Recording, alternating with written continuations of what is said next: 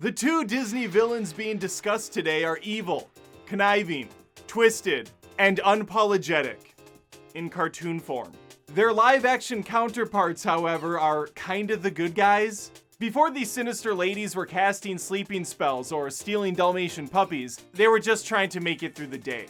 Here and now, their fates rest in our hands as we decide which of these new adaptations works the best. It's Maleficent versus Cruella on Reel Rivalries.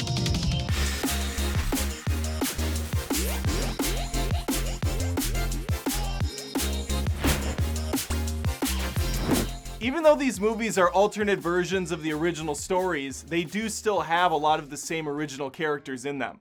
Granted, some of the characters look different, act different, and for some reason have totally different names. Maleficent 3's fairies, for instance, are Thistletwit, Flittle, and Knotgrass, probably to further match their idiocy that's seen on screen. I think she might be hungry. Then feed her.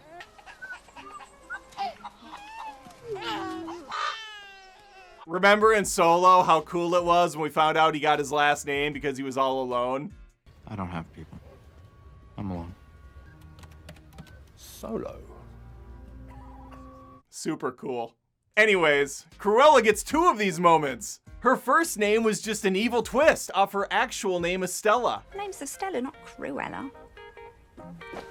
Cruella, Estella, it's right there. It's so deliciously perfect. I hate myself for saying that. Her last name, DeVille, was named after the Panther DeVille Carr, but just spelled like the Demon Prince, because also, super cool.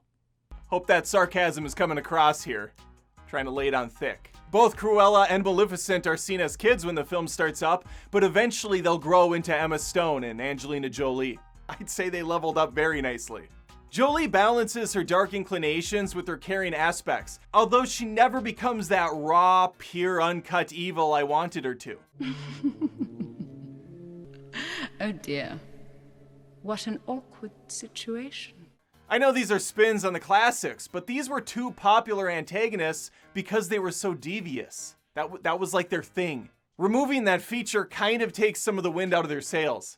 Regardless, Stone also handles both sides of the character effortlessly, coming off as a sympathetic hard worker who transforms into her childhood nickname later on. These leading ladies also have a couple of partners in crime. I can't wait to talk about them. We see how Estella meets up with her loyal henchmen to be Horace and Jasper. Mal's faithful Raven Diablo gets the live-action treatment too. He's not called that though. Again, the name has been changed for reasons. He is now called Diaval and can take the form of a human or any other creature Maleficent sees fit. Aurora sleeps into our hearts all over again, played by Elle Fanning. The big addition to the roster would be Miranda from Devil Wears Prada. Wow, sorry, I meant the Baroness. No idea how I got these two characters confused. They're nothing alike. She's the antagonist for Cruella, who has proudly killed off the competition so many times, she can't even keep count of them all. Emma Stone is a national treasure. I think we can all agree on that. However, Angelina Jolie's cheekbones are like Shakira's hips. They don't lie. And I have no idea what that means. I often just say things with no thought behind them. She's perfectly cast, I guess is what I'm getting at. Maleficent takes this round. Maleficent has a magical staff, which gives her a wide range of spells and charms. She eventually gets her wings back, allowing her to take to the skies once more. Plus she has a raven sidekick, superhuman strength, and let's be perfectly clear, looks amazing doing all of it. Speaking of looking amazing and impeccable segues, Cruella is runway material here in 2021. She changes her wardrobe faster than Perdita spits out puppies. 101 Dalmatians reference. Subscribe. We put up a card or something, or Champion. Which brings us to some of her skills, which include clothing design, accessorizing, making people jealous, creating makeshift evil hideouts, stealing, heist planning, revenging, driving like she's an 85-year-old with a bad back, and maniacally laughing. I mean, a lot of that wasn't really much of anything to be impressed by. Who came up with these rounds today? Kashmir, whose idea, this was incredibly one-sided. And he's leaving. Okay, well, bad name. Bad choices. Disney considers Maleficent to be the most powerful villain, according to the 4 seconds of Google research I did. And I probably should have led with that fact. So, yeah, well, we're giving this round to Maleficent. I can safely say I'm not one that gets too excited when an origin story gets announced, especially one for a villain. Call me old-fashioned, but I prefer not to sympathize with characters who want to skin little puppies for a coat, or put an innocent teenage girl into an endless sleep, out of spite. Cruella ends by leading into the animated film, so it's still unclear as to how she goes from charmingly chaotic to 100% insane. When Maleficent isn't Newt Scamandering with the fantastic beasts of the moors and taking care of the local plant life, she's fending off armies trying to get into her woodland palace. Cruella knows a thing or two about protecting the ones she loves, even going as far as getting kicked out of school for stopping some bullies. The punishment may seem harsh, but try getting drugged and having your wings cut off by someone you trusted. Not even a heavy diet of Red Bull's gonna make up for that loss, because Red Bull gives you wings. It's a smart joke. Cruella doesn't lose her wings in the prequel, but her mother sure wished she had some. She's knocked off a balcony by 3 Dalmatians. That's funny. We can laugh at that.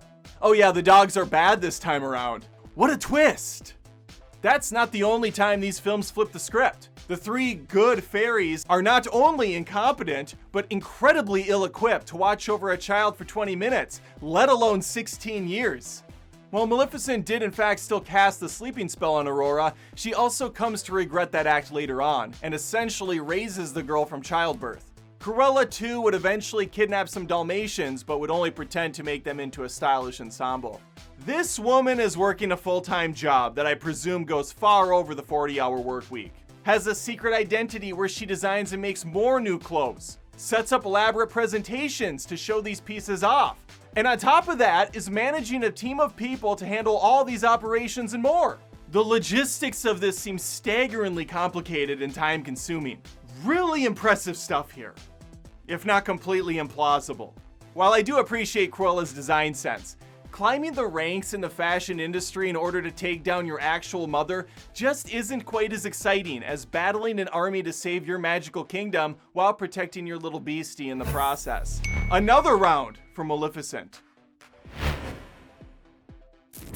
Truthfully, I probably would have picked Maleficent even if fashion was one of the rounds. She pulls off the whole "I will unleash hell on earth if you come near my magical friends" look really well.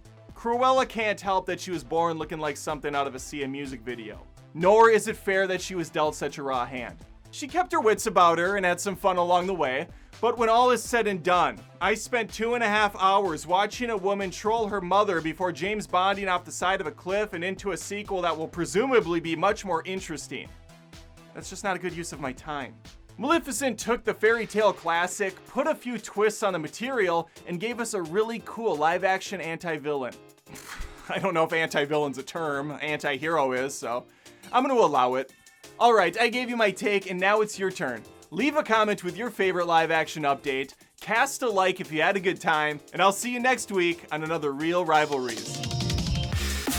In a previous episode, I kinda joked about Disney doing a live-action Ursula, but now it actually sounds like that's a thing that's gonna happen. I guess I'm just wondering where the line is at this point. Maybe an origin story for each of the 7 dwarves. Or how about Gaston, the tale of how a man ate 5 dozen eggs to become roughly the size of a barge.